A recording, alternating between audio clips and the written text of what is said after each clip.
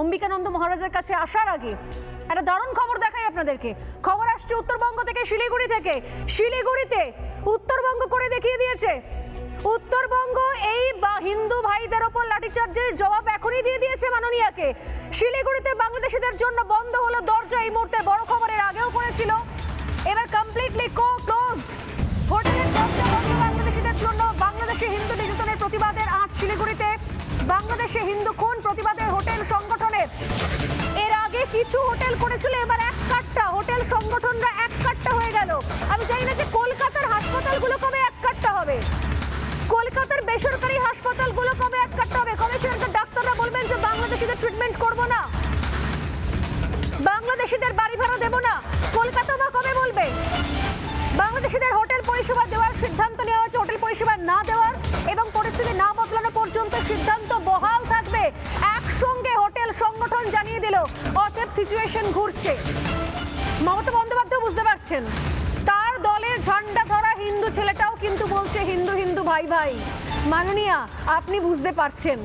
আমি আসবো অম্বিকানন্দ মহারাজের কাছে, কি বলবেন মহারাজ? সবার প্রথমে তোমার মাধ্যমে, রিপাবলিক বাংলার মাধ্যমে আমি আজকের এই পুরো ঘটনার পরিপ্রেক্ষিতে রাজ্যের স্বরাষ্ট্রমন্ত্রী, পুলিশ মন্ত্রী তথা রাজ্যের মুখ্যমন্ত্রী, নারী মুখ্যমন্ত্রী মাননীয়া মমতা বন্দ্যোপাধ্যায় এবং কলকাতা পুলিশের সিপি মাননীয় মনোজ ভার্মাকে একটা বড় ধন্যবাদ দিতে চাই। মনোজ ভার্মা কলকাতা পুলিশের সিপি হওয়ার পরে দুটো মহান কাজ করলেন, যেটা তার জীবনের ইতিহাসে, পুলিশি চাকরির ইতিহাসে স্বর্ণাক্ষরে লিখিত থাকবে।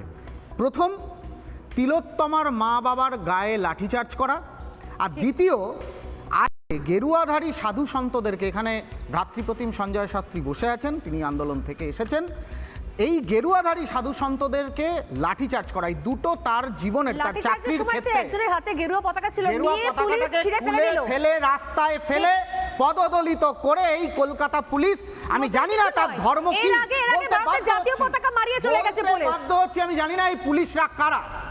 আর একটা কথা আমি বলি, কলকাতা পুলিশের আজকের যে ভূমিকা, আর বাংলাদেশের উন্মত্ত জনতা যারা দীপু দাসকে মেরে পিটিয়ে ওই খড়ের আগুন জ্বালিয়ে পুড়িয়ে মেরেছে, এই কলকাতা পুলিশ আর সেই বাংলাদেশের উন্মত্ত জিহাদি বাহিনী কিন্তু এক এবং এক।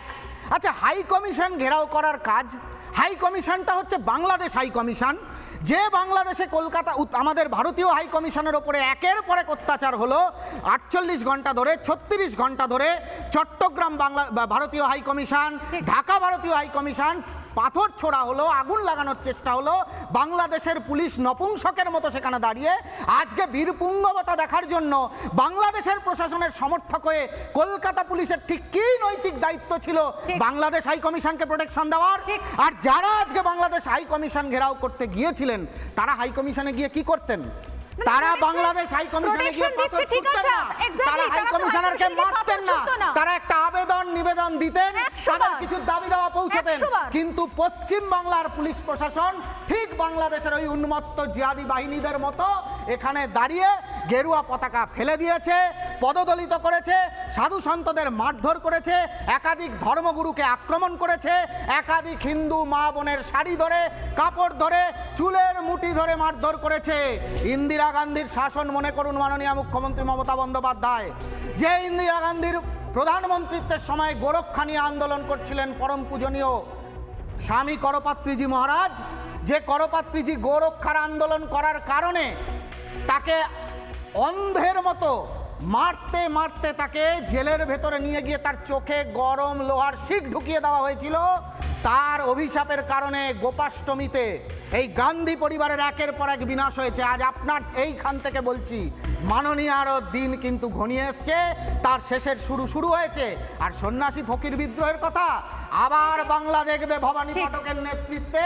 আগামী দিনে এই সঞ্জয় শাস্ত্রীরা, এই সাধু সন্তেরা পশ্চিম বাংলার মাটিতে দাঁড়িয়ে আবার এক বিদ্রোহ ঘোষণা করবে জিহাদকে আটকানোর জন্য।